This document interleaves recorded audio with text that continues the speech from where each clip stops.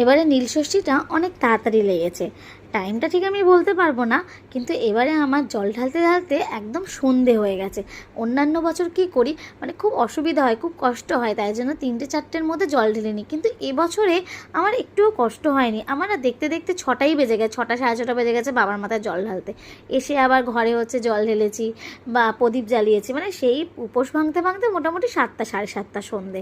তো এই দেখো, তো আমি এখানে পুজো দিয়েছি, বাবার মাথায় আম দিয়েছি। আম না দিলে না আমরা যেন আম খেতে পারবো না, আমের টক বা আমের চাটনি, আম ডাল, মানে এগুলো আমরা খেতে পারবো না। কালকে আম দেব গঙ্গাকে, তারপরে আমরা হচ্ছে আমের সব কিছু খাবো।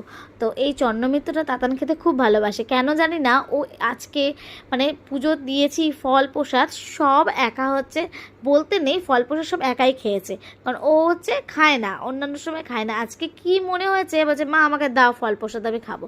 আমিও তো খুব খুশি, খা তাহলে তুইও। অন্য সময় খায় না, মুখটা কেমন বিচ্ছিরি করে চলে যায়।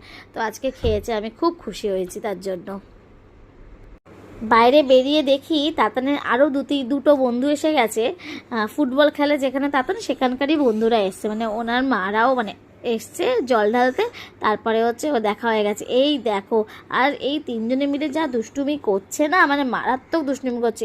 মনীষী একটু ঠান্ডা, কিন্তু ঠান্ডা মানে কি, এখানে ঠান্ডা। তো এখানে দেখো আমাদের সব কিছু হয়ে গেছে, এবার আমরা যাচ্ছি। নেংটিটাকে কি সুন্দর লাগছে দেখতে, এই সরি নেংটি বলতে নেই, তিথি, ওর নাম হচ্ছে তিথি, আমি মাম্মাম বলি। তো মাম্মামকে কি সুন্দর লাগছে দেখতে, দেখো।